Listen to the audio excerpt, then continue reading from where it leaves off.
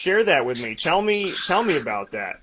Just what it's like, because you went to Syracuse, but you were also in a situation where, there was the potential that that wasn't going to happen. There was the potential that's, it wasn't going to be a reality. So bring me into all that. I think it was 2 weeks before the signing day. I had gone up there for like the camps and stuff, and I was lucky enough to be close to do that. I couldn't imagine driving from Pennsylvania just to come up here for a camp and not get offered. It was 2 weeks before the signing day, I believe, and I had gone out to Buffalo, Tulane, a couple other places, and they had offered me.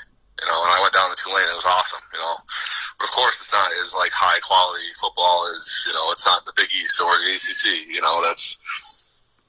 It's not on the same level. And being from Syracuse, you're like, you got to go there. If you're such a talent in the area, you got to go there. But it was 2 weeks before signing day, and I still hadn't gotten the offer yet. And I'm like sweating here. I'm like, okay, what are we doing here? Like, it's almost time to like go. Like, I got to sign the papers. And then they finally gave me the call, and I was ecstatic. But why did it take it that long to finally offer me? I don't know if it was a recruiting standpoint for them. They're like, oh, if we wait, then other teams are not going to be like, oh, they were offered this kid, let's go look at him. I don't know if that was the case, but only getting the offer 2 weeks before the day, that was kind of like disrespectful. I felt disrespected because I felt like I had put a lot and showed myself and earned my spot to be able to go up there and play.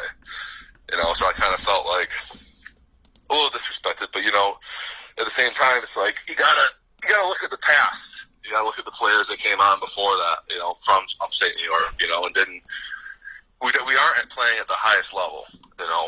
When you look at it at the end of the day, there's kids down in Florida that are playing all year round. Just around here, we're only playing during the fall, and that's only 10 games, maybe 12 games if you're lucky. So I definitely can see that, but at the same time, it was kind of upsetting to see just before the signing day I finally got offered. Yeah, and like you said, I mean, you were working hard. You're living right here. They can come see you at any point. Did they come see you? I mean, I know it was Marone and his staff.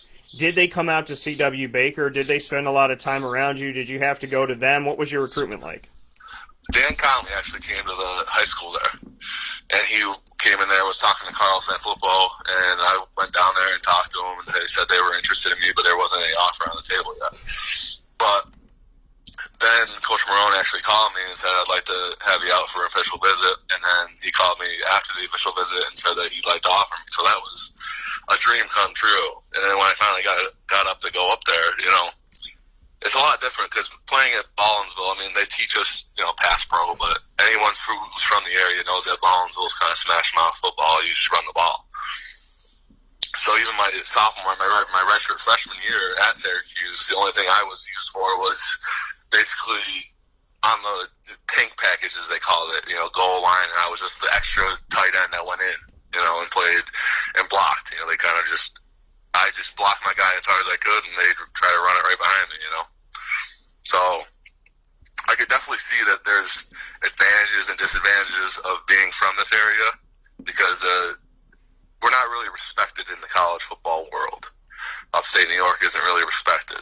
You even look at like Tyler Rouse, like what a great player he was, and he didn't even get to go to Syracuse. Like he went to Boston College, and then we ended up playing him, and then he actually got to come home and play in the dome against his hometown team. Like he could have been easily at Syracuse, but those type of things kind of make you scratch your head. Yeah, and I can 100% understand that because I talk about it all the time here on the show. Is that why are we talking about Servassier Dennis? Doing fantastic things for Pittsburgh. Why are we talking about Stevie Scott being absolutely positively incredible and, seeing what, Stevie Scott has done at Indiana. And, the list goes on and on. The Tyler Rouses, the Tyler Days, now Mike Washington Jr. from CNS, who was told by Syracuse to keep working, that they were looking at his film, but didn't give him an offer.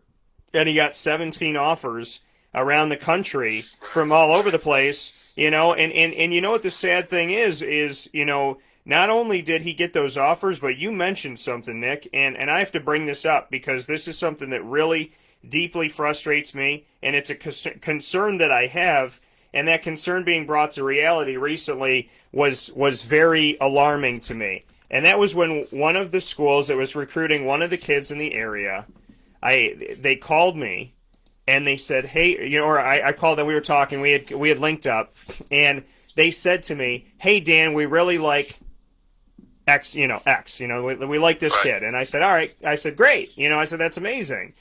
And they said, what's wrong with him, though? And I said, what do you mean?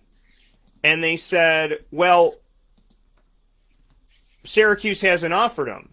And I said, okay. And they said, so what's his problem? And I said, what do you mean, what's his problem? And he's like, well, if Syracuse didn't offer the guy, like, what am I missing? Like, am I missing something? Does he have, like, a character issue? Like, what's wrong with this kid that I need to know? And I was like, oh, my Lord. Syracuse is hitting these kids twice, and not in a good way. They're not recruiting them, but then also by not recruiting them, they're making people think that there's something, like they're damaged goods, that there's something wrong with them. And so now these people are calling me, questioning me, saying, what's wrong with this guy? And I'm like, there's nothing wrong with him. But, you know what I mean? So speak about that double whammy, because you and I had talked about that with you, and I want you to tell that story, the story of Syracuse isn't recruiting you, / it's making other schools think that there's something wrong with you. Right. Because I only had about 4 or 5 offers coming out, and I'm a big kid. I was 6'5", 300 pounds, and a lot of people look for that. You can't teach size, and especially being in Syracuse's backyard and not getting. I went to a couple of official visits, to different places, and they're like, "So why hasn't Syracuse recruited you?"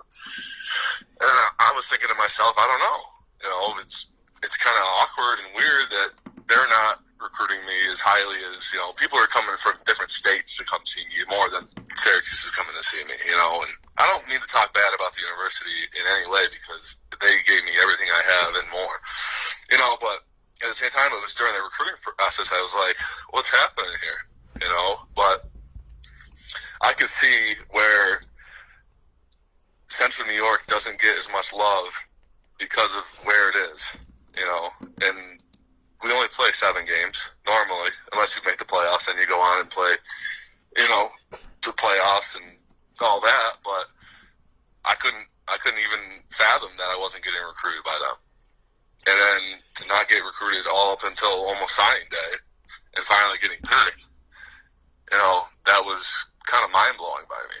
And to see a lot of the other kids around me that are just going to like D2 or D3 schools that I could see playing at higher levels.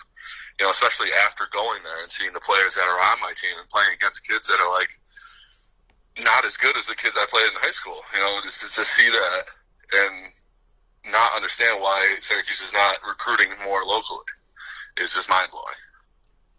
Yeah, and that's the thing. And like you said, you're happy that Syracuse did offer you. You're happy that you got the opportunity eventually, but it came so late. And, it's frustrating and all of that. And I get all that. Speaking here with Nick Robinson, a Syracuse Orange football alum on the offensive line, 2012 to 2015.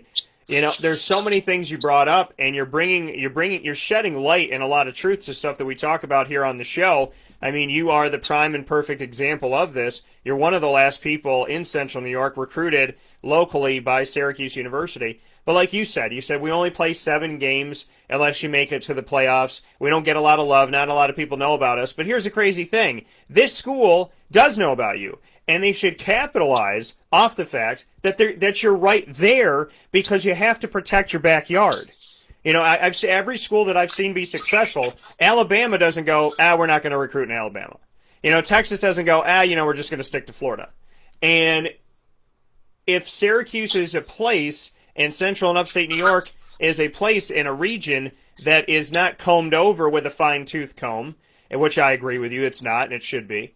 But because it's not, Syracuse should be getting all the diamonds in the rough. They should be laughing at other teams. They should be laughing at the Penn States and the Indianas and the Pittsburghs and the and the Rutgers and so on and so forth, because they're getting all these kids. They're getting you when nobody else is looking at you, which would cause other people to come in, granted, but like you said, I don't know if it's a recruiting tactic, and I can't see how it would be.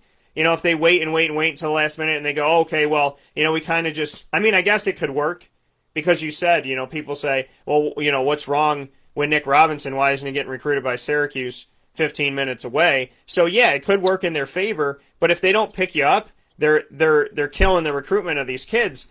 And what I'm seeing now is Servassier, nothing to say about Syracuse. I talked to Stevie Scott about Syracuse, and he was silent.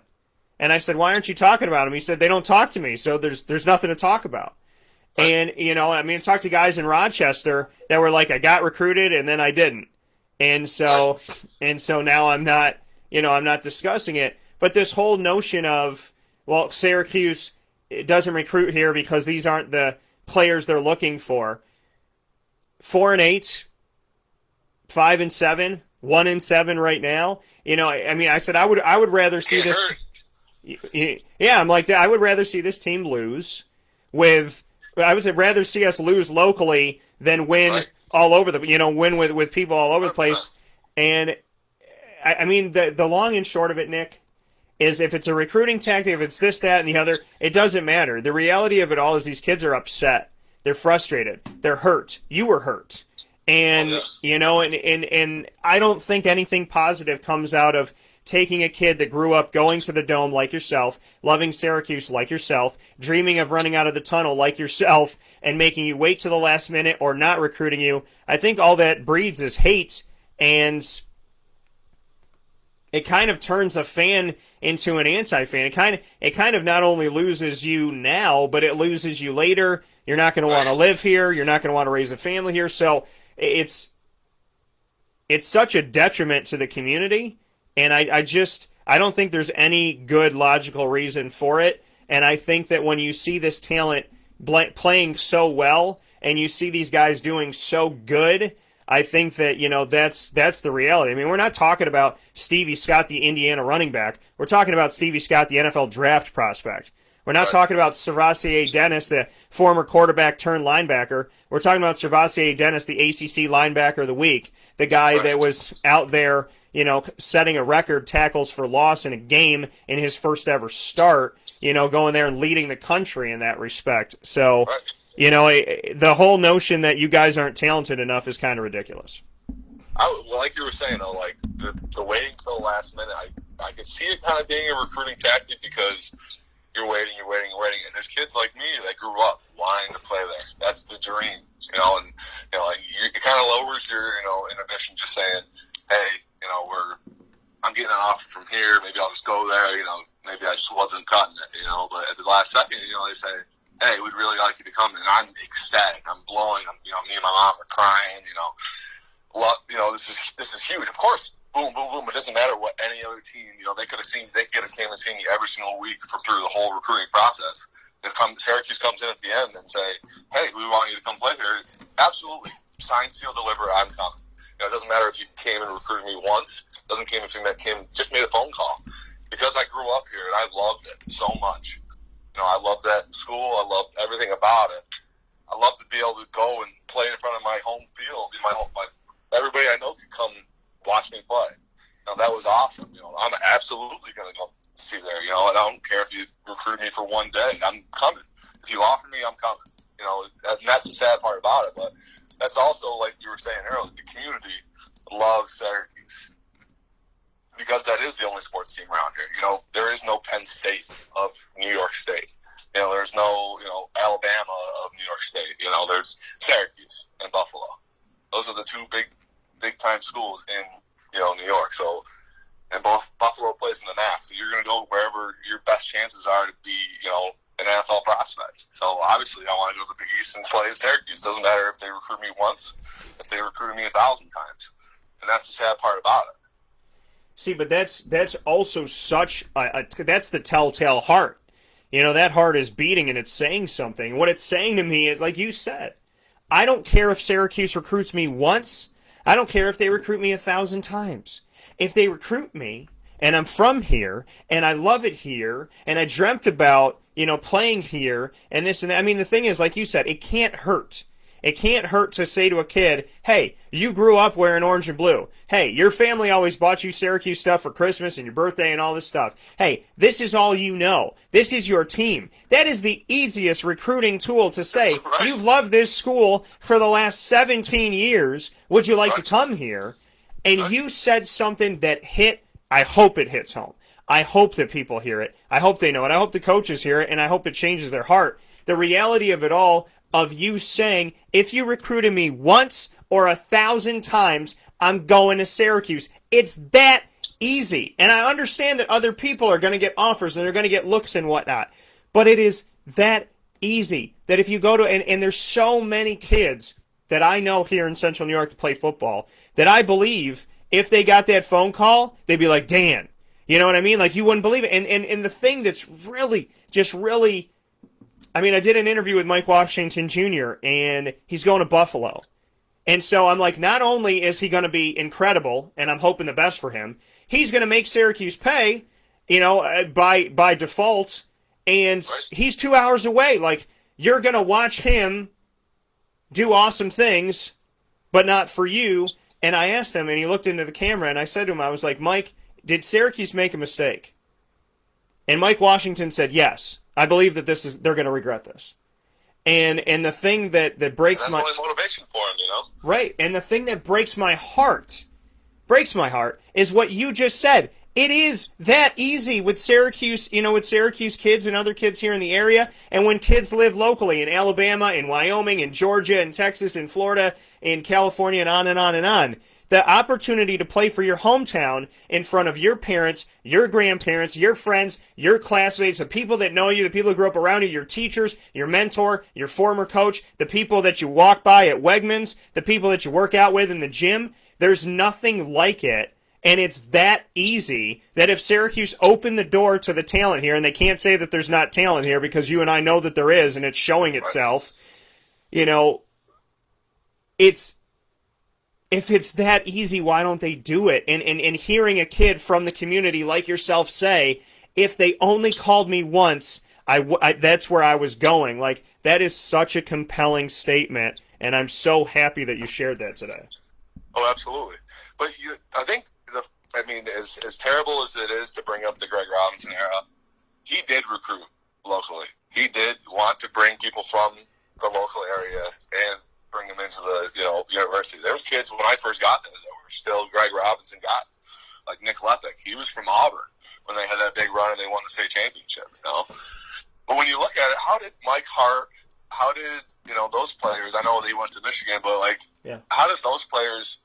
How do we lose those guys? Those kids from Onondaga. He's right down the road. How do we lose those guys? And they go somewhere else. And who's the other guy that we just had? He plays. I can't remember his name right now.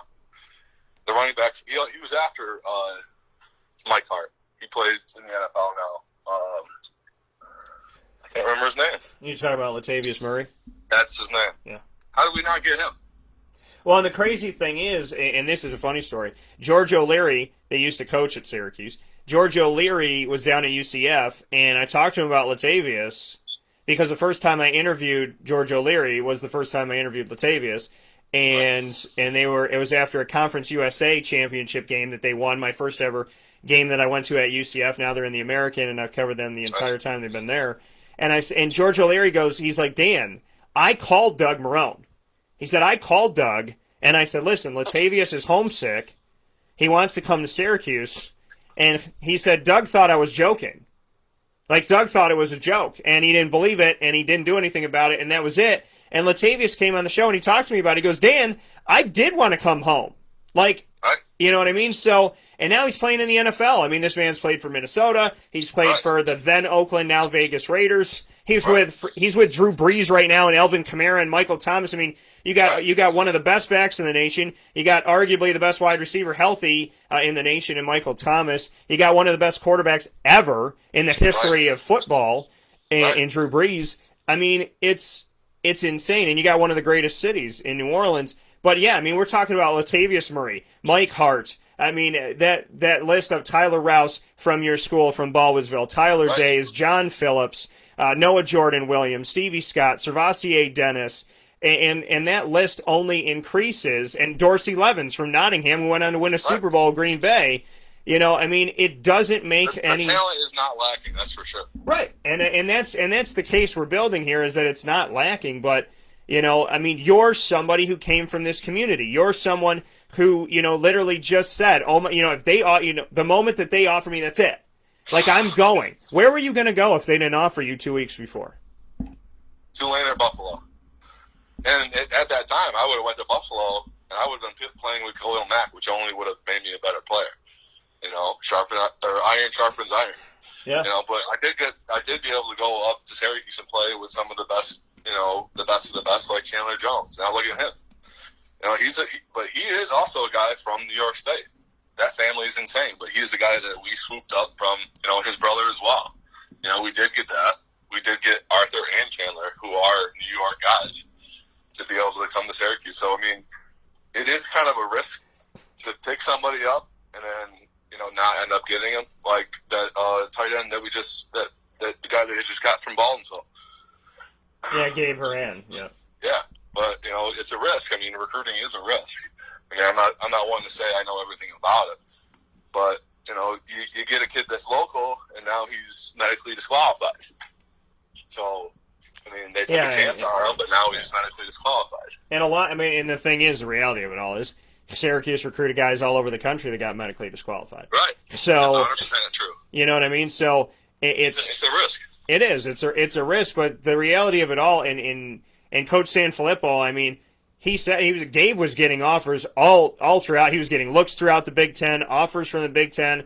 I mean, you know, this is a man that the Big Ten really was excited about, and you know, and so, I mean, and obviously they got Stevie, but you know, I think there's so much to be said about local recruitment and about the importance of it.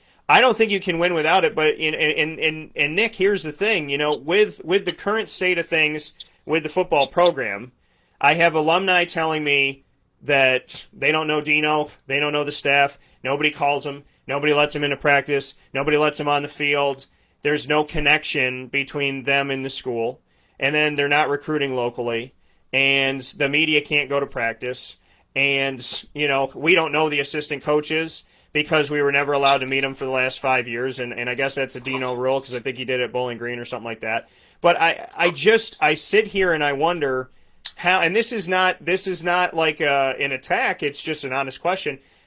If you don't welcome the old players, if you don't welcome what came before you, and you don't recruit locally, and you don't let the media in, and you don't allow your assistant coaches to build bonds, how do you build a successful, consistently winning program, I guess is my question. That's an impossible question, because you're asking for, you know, components of an organization that you need, but they're not doing. When Dino first came, you know, they did amazing. It was the best thing since sliced bread. But I think you got to continuously change. You know, once they figure out how to stop you, you know, then you got to change. You know, and I know I've been in, you know, programs where we have something that works this week, but it's not going to work against this week. You know, so we got to constantly change. And I don't know. It's tough right now. They're playing at one of the highest, you know, college football levels there are. You know, the ACC is amazing across the board. You know, to be sitting at the bottom of the board is not where, as a Syracuse fan and a former alumni, you know, I don't want to see that. You know, but, you know, like you were saying, to welcome former players, I mean, I haven't tried to reach out to them, but if I'm going to a game, I'm paying for the tickets. You know, that's just the way it is, and I don't have a problem with that, because I love what everything it is. I love going up there. I like to go watch the game for what it is. I love being from here and being able to go and do that. I did that before I went to SU, and I will continue to do that for the rest of my life, because I bleed orange and blue. So it's just, I can't see why they would do anything like what they're doing with that, but it's kind of up to their choices. And when I first went to Syracuse, they said we couldn't have beards. So I mean, I kind of get like the head coach's rules, and that was a Doug Marrone rule. We couldn't have long hair and we couldn't have beards. So myself and a couple other offensive linemen had mustaches. And if you look me up on, you know, Google or see my picture, it's still me with a mustache. And everybody always says I look like Farva from super troopers. But I get the head coach's rules. It's whatever he says goes. He's leading the ship, and if it's a successful program, that's on him. Right. And if it goes bad, it's on him as well. That coming here this morning from Nick Robinson of Syracuse Orange football history, offensive line alum from 2012 to 2015. We are going to take a step aside for a fast break, and when we come back, Nick and I will continue the conversation, and we'll talk about the Baldwinsville Bees growing up in Central and Upstate New York, playing for Beeville, and now being here in the community and continuing life after football. We'll also discuss one of my favorite human beings on the planet, Carl Sanfilippo, right after this on Wake Up Call with Dan Tortora, where sports truly meets life.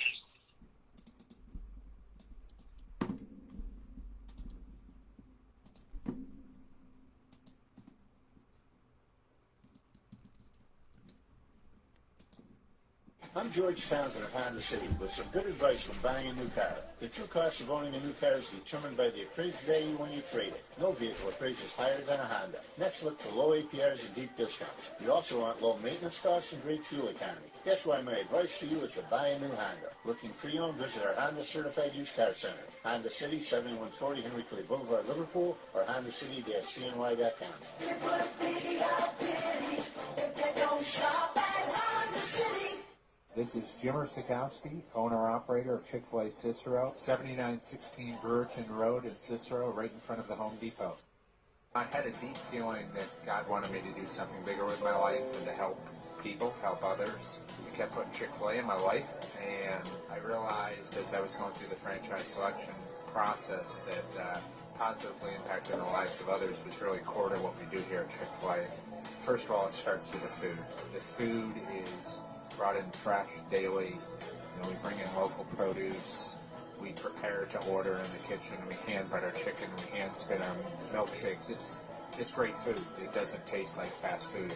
I think the second thing is the way people feel when they come in a Chick-fil-A restaurant. It's different. We try to treat people with intentional kindness here, which is very different and deeper than good customer service. And so I think it feels remarkable for most people to come in a Chick-fil-A restaurant. And then lastly, the impact that we try to have in the community is very different.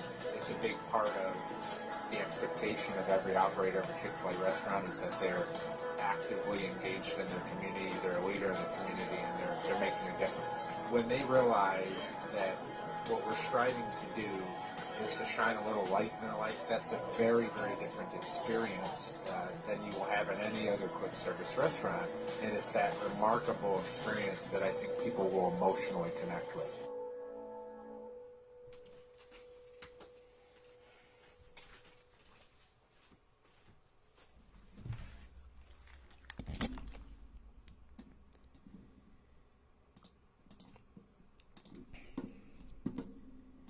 Welcome back here to Wake Up Call with Dan Tortora on WakeUpCallDT.com, your one-stop sports shop, and on MixLR.com/WakeUpCallDT. You're hanging out with us inside of the Cafe Kubal studios. You're also here on Facebook Live on Facebook.com/LiveNowDT inside of these Cafe Kubal studios. Cafe Kubal with 5 locations, their mobile cafe that will come to you in the local delivery that will come to your doorstep. No delivery charge for those in Onondaga County. They are the place for you to go to, and we appreciate everything they do to warm us up and cool us down, no matter what the weather, especially with the DT Special Pumpkin Spice Chai. You can get it hot or iced exclusively at Cafe Kubal. MonPazPopcorn.com is what's poppin', giving you the list of topics for the day. We're here with Nick Robinson here of Central New York, of the Baldwinsville Bees history, as well as of Syracuse football history. So very happy to have him here with us, having a conversation about a lot of things that have to do with the local community, with the team, what's going on, and and his experience of it, which I truly appreciate him sharing that experience with us and telling us, what he went through and what he had. So, Nick, before we get into Beeville, you did come to Syracuse, you did get the offer, you did get to go out there, you did get to start, you did work your tail off, and you said something to me off the air where you said, why wouldn't they want a kid locally? Because a kid locally isn't going to bomb. They're going to give their absolute all, because the last thing they want to do is not do well in front of their hometown. So there's the component of the fact they're talented, and then if they work hard and they're determined and all of that, and then the reality that this is their home. Like they're going to go to the same Wegmans after the game. They're going to, do a lot of the same stuff. And so obviously that builds an extra component because there's that factor of pride and hometown. So bring me into that pride in that hometown, and did that give you the extra oomph? Did it push you even more to be a starter, to be one of the players that isn't just on the team, but a player that we see out there on the field consistently? Oh, absolutely. It definitely did. Coming from Beeville, and then having Coach Camp football instill all of the work ethic that, that everybody knows that he does, and then having, not just your own pressure on yourself, but, the pressure of being able to go out in public once you're done playing.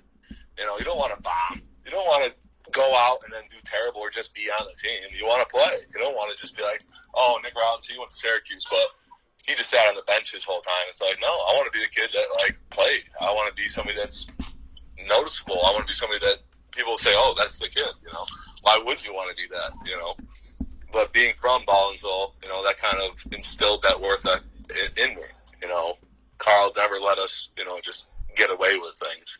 He wasn't one of those people. He's a hard-nosed, old-school kind of guy, and that's what made me love the sport of football. The family, the fact that I could call him any single day of the week, and I could still have a conversation like we just talked yesterday. Having that and then having that school right there, it was a blessing. I was one of the lucky ones to be able to do that.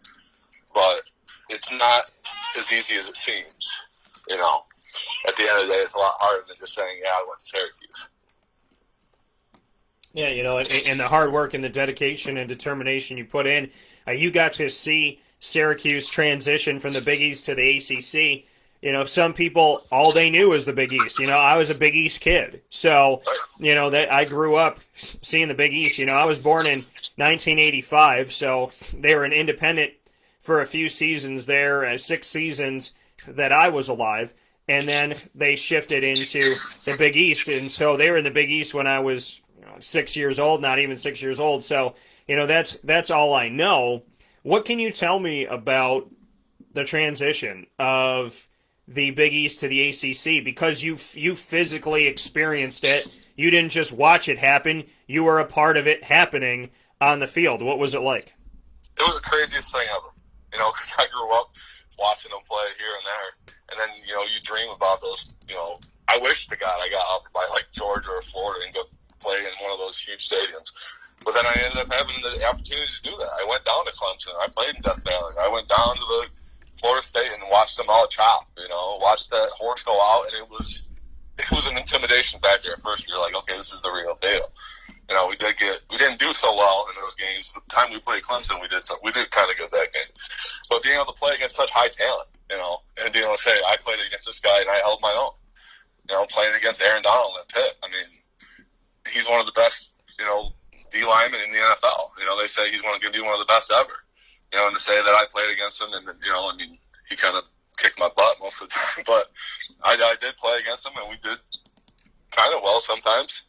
So being able to switch over from the Big East to with that kind of exposure, and then go to the ACC with that kind of exposure, it was kind of like, okay, here we go. We're in the big time now. Yeah, and having that transition, you got to be a part of 2 bowl games in Syracuse while you were there. You were there with the 2012 team in the Big East. Doug Marrone won the Pinstripe Bowl. I was on site on location for that game. Obviously you were on a team with some of my favorites, and the Jerome Smiths and the Prince Tyson Gullies and whatnot. And and then you went on to the Texas Bowl and won that with Scott Schaefer in a year that people didn't give a lot of credit to Syracuse or thought they were going to do anything. People were reeling about Doug Marrone. If you say Doug Marrone in Syracuse, you know this. If you say Doug Marrone in Syracuse, Central, Upstate New York, heck, Buffalo, doesn't matter, Rochester. If you say Doug Marrone, people go, oh yeah, I thought this was his dream job. People are bitter. They're bitter. They're so bitter. And the fact that I covered Jacksonville, they're still bitter. They're like, dang it, Dan, you can't get away from this dude. You know what I mean? And I was like, I got no qualms with Doug. But it's one of those things where, you got to be in both of those bowl games for two different coaches. You're an offensive guy. The defensive coordinator takes over. You saw Syracuse transition from one conference to another conference at the same time that you saw them transition from one head coach to another head coach. How much did your head spin? Oh, it's fun. But the thing is that I don't think I would have played as much under Marone as I did under Schaefer. I don't know if it was just me growing as a player or me knowing the offense, or I don't know. I don't think that I was going to be playing as much under Marone and that offensive staff as I was going to be playing under Schaefer. Because the new offensive line coach, Pat Perlis, that came in under Schaefer, he loved me, and I loved him. We're going to be lifelong pals, and he loved me. He loved the way I played. So he gave me the opportunity of a lifetime, and I, capitalized on it. And that was the one thing that propelled me the rest of my career at Syracuse. But I don't think I would have played even a lick, even if I was still under Marone. Marone loved me to death. I'm not saying that, but he was the one that put me on that special package, the goal line package. He was the one that wanted me on. So it was kind of a blessing for me. And everybody said, Doug Marone, he's leaving his dream job and all that, but it gave me the opportunity of a lifetime. So I was kind of blessed with that. Yeah, and like you said, see, people, good things came from Doug Marone leaving. But it's like there's positives that happen in this transition and whatnot, because I know people are really hurt by it, and I understand. Right. But so for you had Pat Perlis, and obviously his time at Syracuse was short. So, right. but you talk really positive about him. What can you tell me about your bond with Pat? And yet again, we find a positive in Doug Marone leaving. There was a silver lining for you. With Pat Perlis, there was a silver lining, and a lot of people don't even remember that he was here. So what can you tell me about Pat Perlis? Oh, he was great. He was so high energy. He brought it every single day to practice. He brought it to the meeting room. He brought it to everything. He'd get in a little chute with us. He'd run his feet. He'd doing the Jacobs ladder. I don't know if a lot of people know what that is, but he was doing up downs for a guy he's kind of older. So doing up downs and stuff like that, trying to get us all jacked up for practice when he could see us, kind of in a lull. He was everything I wanted, and more from a coach. So I was so sad to see that he was leaving, but I was so happy that I was able to spend as much time as I was with him. He kind of brought that, Coach Sanfilippo vibe, hard nose, let's get it.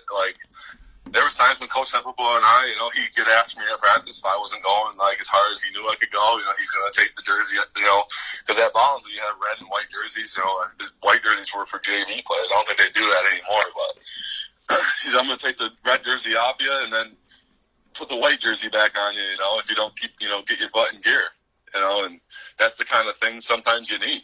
And a lot of people can't take that kind of coaching, but I was one of the people that thrived in it. The people that love that, sometimes I need a kick in the butt. Some people kind of stray away from that, and some people kind of capitalize on it. And I was lucky to be one of those people. Yeah, and then after that, I believe that you linked up with Joe Adam, who is a good friend of mine, very good friend of mine. What can you tell me about your time with Joe Adam as your offensive line coach? Well, the funny thing is that he had never done it before. So it was kind of like a teaching moment for both of us. Not just the offensive line, the starting offensive line as it was, but he did everything he possibly could to make sure that we were prepared every single week. He was a hell of a coach. He just did everything you could possibly imagine. And he never had coached the offensive line, as a sole position before. And then him walking in here with new different, skill drills and all this, you can kind of see us teaching him as he teaches us. It was kind of like a mutual friendship that was kind of a coach player that you can't really explain. And it was great. Yeah, you got to do all that. You got to go to these bowl games, experience all these things. You brought up Carl Sanfilippo. Before all the stuff happened at Syracuse, you were with Carl Sanfilippo. Bring me into life with Coach and what it was like. Because, he's somebody I sit down and I have coffee with Coach at Cafe Kubal every month, and we hang out. We have a good time. We've built an awesome relationship. And what can you tell me about him being your coach and what life was like with that? And how hard was he on you? Is he still hard on you? What was life like with Coach as your coach? And I know he'll always be your coach, but now that you're done playing, bring me into, kind of life with Coach Sanfilippo on and off the field. Well, the first time I ever met him, I can tell you that I was just a big kid that was in, 8th or 9th grade, and he brought me over because it's all like on the same playing field. We don't have a big. Back when I was there, it was behind the Durkee Middle School there, junior high, whatever they call it, and we would all practice over there. And he saw me over there. He's like, brought me over, and you're going to be a player here. And I was like, this is awesome. Like the high school football coach talking to me, Yeah. But he's definitely got an intensity to him. I know if you talk to him, he's definitely got an intensity to him. If you don't know him, it's kind of like this dude coming over here with his deep voice, grabbing on you. It was kind of like a big shock to me when I was a kid, but, after all the years, we kind of became, really good friends, and then actually going to all these, winning the championship back-to-back years and then going further into the playoffs. I would love to give him a state championship, but it just wasn't in the cards. But he's a lifelong friend. I just spoke to him earlier this year about something that I was going through, and he was there for me 110%. So he's always going to be my coach. He'll always be my favorite coach of all time. So he's the best. He's the best there is. Why is he always going to be the greatest coach of all time to you? Because he gave me everything I know. He just gave me, the sense of family that football, gives you. He wasn't somebody that was just there to be the coach. He was there to be a mentor, a friend, a guy you could cry on your shoulder. Like I lost my father when I was 10 years old. Sorry. And he kind of stepped up in that role and tried to be a father figure to me. So it was great to have somebody like that growing up and to be able to count on somebody like that. So he's not just a coach. He became a dad to you. He filled a prominent and huge role in your life. I mean, what can you say to that? I mean, that we talk about coaches talking about being family and this, that, whatever, but he literally decided to become that for you. Just what you could say about that. Oh, absolutely. I remember when we lost the final game that I ever was going to play with them. It's like when it's high school and like you don't know, because and especially in high school around here, like your last game is probably early November. So that being said, it's like I might never be able to put the pads on again. So we hugged out, and I was bawling my eyes out when we lost our final game. He was there for me, saying it's not the end for you, and being able to step up in so many important roles. He knows my mother, he knows my sister, he knows my whole family. So him being there for not just only on the football field, but outside of that, it was a huge impact on my life. Yeah, coming from Nick Robinson this morning. Speaking on Coach Carl Sanfilippo, we're inside of the Cafe Kubal studios. You are watching and listening to Wake Up Call with Dan Tortora, Monday through Friday from 9 a.m. to 11 a.m. Eastern Time. You're listening on mixlr.com/wakeupcalldt. You're watching on facebook.com/livenowdt. Nick, before I let you go, a couple things here. One of them being the fact that before you and I got on the phone today, we were eating in the same place and didn't even know it. So what can you tell me about? I mean, I think you were going to pick up some food at Pizza Man. I was having dinner with my mom at Pizza Man. So let's talk about that for a second because the owner over there, Jim, and I were talking, and he's like, yeah, he goes, Nick was here. And I think he knew that you were here, and it was like one of those, and I was just like, man, that, so small world and all that. I also will tell you that Coach Carl Sanfilippo, he goes, oh, that's interesting. I go, what? He's like, you were at Pizza Man? Yeah, he goes, right down the road from my house. I was like, yeah, he goes, I didn't get an invitation. And I was like, he goes, you know what, Dan? He goes, it's fine. In that deep voice, deep voice, he's like, Dan, he goes, it's fine. It's fine. He goes, I probably, my granddaughter probably erased it. It's probably, I probably just didn't get the message. It probably, if I check my phone, it's probably there. And I gave it right back to him. I go, hey, Coach, you got this big old yacht boat, and I didn't get invited on that boat this year. So I was like, why don't you take that back and think about that, Coach? I love you. But we'll definitely all have to meet up down there or something like that. We'll have to all have dinner or something. Yeah, but in that deep Italian, Dan, I'm sure it got lost in the mail. I was just like, You know what I mean? Is that a good San Filippo? I've never tried it. I don't know if it's good or not. It's pretty decent. But I think you gotta lower the voice a couple octanes. I Or got whatever, octaves or whatever it is. He's like Barry White, you know what I mean? I gotta get like, yeah. I gotta keep going down here. Oh, it's okay, Dan. It's fine. It's fine, Dan. Yeah. It's good. It's But- just something he would say though. I must have not gotten the message. He goes, Dan, if I check my phone, I'm sure it's there. I just didn't see it. And I'm Absolutely. just, but yeah, so you and I were at Pizza Man and didn't even know it. Right. Crazy. I was just stopping down on the way home from work. I was just exhausted. And he was like, I think Dan's there. I was like, I think I'm going to be on the phone with him in a week or so. And that was when we, connected that way. Yeah, But yeah, definitely next time you're down there, you have to give me a call and we'll meet up. Yeah, we'll grab ourselves a slice, and Lord knows if Coach is in the city, there's no way I'm not going to at least invite. It's just walk up to his house. Yeah, it's in the mail, Dan. I actually just moved right, kind of close to where he lives, so I'm trying to be getting a call and making sure that I go over there. He's got the nicest lawn on the block, so I'm sure he does. I gotta keep up with him now. So yeah, that's the thing. I'm sure. I mean that man, he's awesome. He is. He's an awesome guy. I love sitting with him and talking with him. He's always been there for me anytime I needed him. And so I appreciate him. I respect him. And there's a lot of great things to say. Did he ever tell you what he's going to do when he retires? Isn't he already like retired but not retired? Because it's like he gets to coach football and do what he loves, but then he gets to be on a big old boat and do what he loves. So Right. I mean, I just see a man He's been doing that forever, but right. He says he's not even going to retire. He's just going to be gone on an island somewhere. I don't know if that's changed since the grandkids. I don't know. See, but I think that's because having this as part of I think it's an Italian thing, because being Italian is part of my blood. I think that's how we all feel, it's like, when I'm done with this world, I'm going on an island. When I'm sick of this, I'm just going. And Rona hopefully she can't find me there.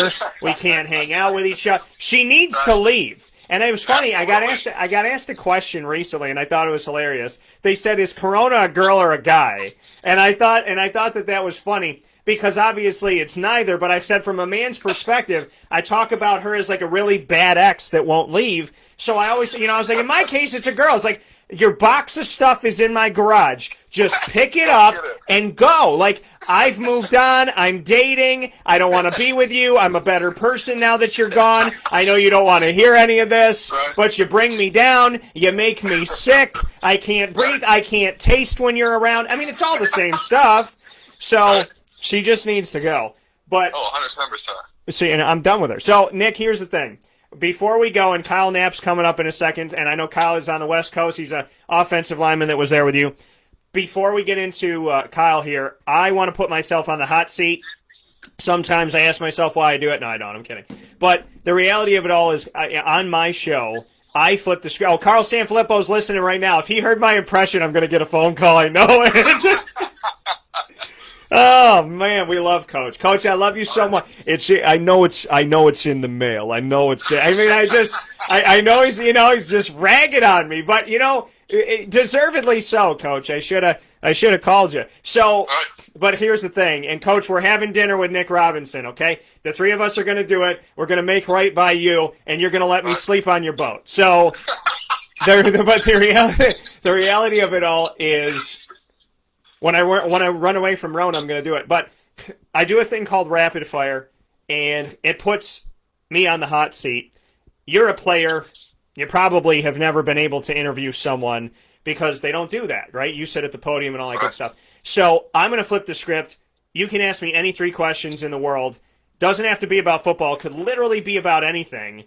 So whenever you're ready, fire away. It is rapid fire. You got 3 questions, and I have to give you a response. Favorite place to eat in Syracuse? Oh, man. Well, you're going to get me in trouble in the first thing that I talk about. So, I see. You asked for it. I know, I did. So, my favorite place to eat, I have so many different places for different things, but I guess I would say my favorite place to eat. Friday night or Saturday night, and you're going out on a hot day. Friday night, and it's hot? It's a hot date. Oh, it's a hot date. Okay. Well, there's a really funny story. There was a girl that I took out on this one date, and it went nowhere, and she was all kinds of what I'm not. And, she's like, I don't want kids. I don't want to get married. I'm like, why are we talking that? Like, what is the point of this conversation? But so I brought her to a place that I'll leave unnamed. And normally I'll never bring a first date to the same place. And I said, but that was a mulligan. No. Like, that's a mulligan. So, as far as I'm concerned, that never happened. And they did such an amazing, like, Lady and the Tramp type of first date for me. And it was for somebody that, just, it wasn't, worth doing it. I got to do it with somebody else. But we'll see. I'll probably bring her somewhere else. But if I'm on a hot date, where am I going to? I'm probably going to bring her out on the water. And Okay. so I got to bring her out on the water. And I would probably go to... Oh, man. Where would I want to take this girl out on the water? A little Boreos action? I mean, that's where I've been a bunch, so, and that came to mind. I guess some Boreos. I'd have to steal a jet ski, bring her to one of those islands, something like that. Have Coach Sanfilippo come get me out of jail, Probably leave me in there for a night just so I learned my lesson, but... Oh, he would, too. Yeah, but something like that, so yeah, I guess... I think I'm going French Huskins. All right, okay. I like that little backyard vibe there they got. Okay. I'm all about it. All right, yeah. So, probably go somewhere on the water. But you know what? There's a really great place in Alex Bay called Foxy's. I'd probably bring her out to Foxy's. Okay. So, I've never been there. Yeah, no dinosaur eating the ribs in front of her? Man, showing her your true colors? Now, this is the thing, man. Some of the women that have eaten in front of me, like, I'm more terrified of how they ate than I did. Like, I'm being all, like, dainty, I'm, like, trying not to get anything on my face, and she's, you know what I mean? So, oh, yeah. A little bit different, but, yeah, so, yeah, I guess I'm going out on the water, maybe some A-Bay. What's your second one for me? I don't know. You're putting me on the hot seat, asking you all these questions? Dude, I'm asking you to ask me questions. That's all. Are you more of a fan of basketball or football in Syracuse? I love them both. That's so hard. Everybody grew up a Syracuse basketball fan. No, but here's the thing. So, I legitimately love them. But I grew up with Donovan McNabb. I was spoiled. So, Marvin Harrison, Donovan. Yeah, I guess I would say more basketball than football just because I played basketball. But I don't think it's a fair question because I love them both, and I don't really know if I've ever really chosen if I could choose right now. Right. Last question. The last one. Where'd you go to high school? I went to high school at CBA. My parents. So I had a Catholic upbringing and whatnot. So I had three choices. I had two choices. It was between CBA and Ludden. My dad went to CBA, so I ended up at CBA. I was going to go to Grimes because my mom went there, but I ended up going to CBA. Got a fantastic education. Still talk to my teachers to this day. And, really appreciate all that. I'm connected with the, coaches up there and stuff. So, yeah, that's where I went. So those are my three questions. I'm running out of here alive. But, Right. but One more thing I was really disappointed. Not anything you did, but the top 50 all time Central New York football players. Yeah. I was not on the list. How is that a possibility? I don't know. I didn't make the list. That's my answer to you. Is I didn't sit here. Obviously. Should I not? On the top 50? Yeah. For everything that you guys did, and the sectionals and this, that, and the other, and then playing D1 and going to the bowl. Right. Obviously they wouldn't have known that. Well, yeah, they would have known that if they did it in hindsight. But yeah, so top 50. So yeah, Nick, I would go back. I would look at that list, and it would be hard for me to because seriously, I look at you. I look at Tyler Rouse. I look at at Mike Hart, Tyler Days. Mike Washington Jr. If I'm making it now. Mike Washington Jr., Dorsey Levens, Latavius Murray, Servassier Dennis, Stevie Scott, Greg Paulus. We on and on and on. So, I think there's a lot to be said about that. And, I would, you need to send me that list. I'm going to look at it. I'm going to see who's on that list. And I might have to. The alternate list. Yeah, I'm going to have to make an alternate list, I guess. Right. Everybody always jokes about saying I'm number 51. I was like, oh, thanks a bunch, guys. That's ridiculous. Right? Nobody wants to be number 51. Come on. So, no, you're. You know what, Nick? As far as I'm concerned, with having you here on the show, you're one of my tops of having you here because I love the conversation. We open a bunch of doors, And I can't wait to sit down, and I'd love to do a show with you in person. I think we'd laugh like crazy, and I think the community would eat it up. I think they'd love it. So, the Nick I got the goatee. Do you have any facial hair now? Do you have the beard, or what's going on? Okay. Full beard and mullet. Wow. All right. I'm just kidding. No mullet. Carl would kill me. I was gonna say.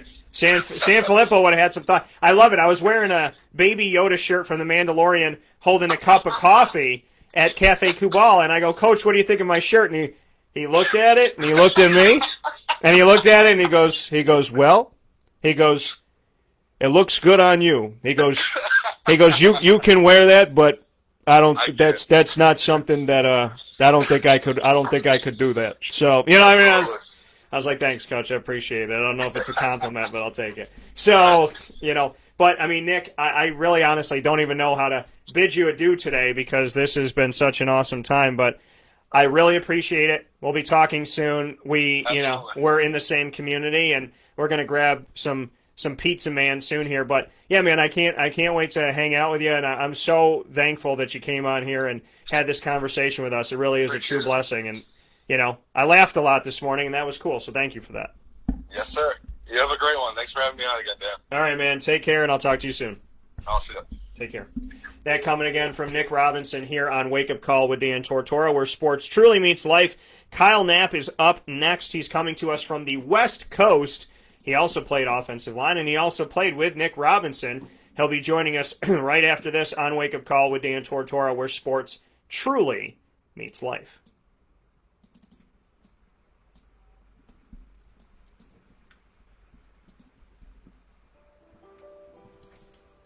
Avicoli's Restaurant, located right at the corner of Route 57 and Wetzel Road, is proud to be your local neighbor, growing with you for over 20 years. We're open 7 days a week for lunch, dinner, and drinks. For takeout, delivery, or catering, call us at 315-622-5100. When you order online and use our promo code AVS10, you will save 10% on your online purchase at myavicolis.com. And make sure to join us monthly for our live on-site broadcasts centered around Liverpool athletics. Avicoli's, your local, trusted neighbor right at the corner of Route 57 and Wetzel Road.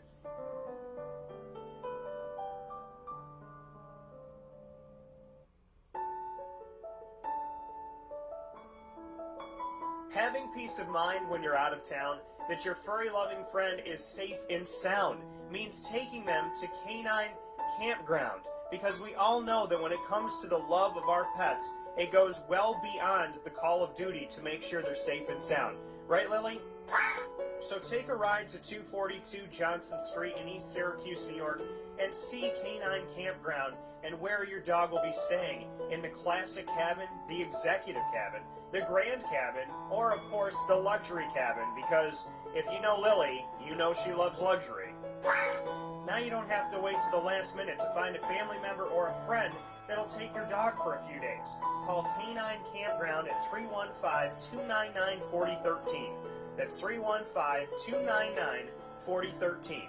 Their drop-off and pickup times are Monday through Sunday. Check K9campground.com for more information. That's the letter K, the number 9, and campground spelled with a K.com.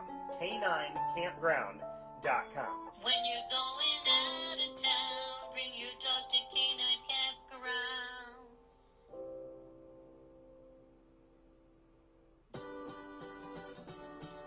Trapper's Pizza Pub, located on 5950 Butternut Drive in East Syracuse. Right off of Bridge Street is your local community supporter right around the corner.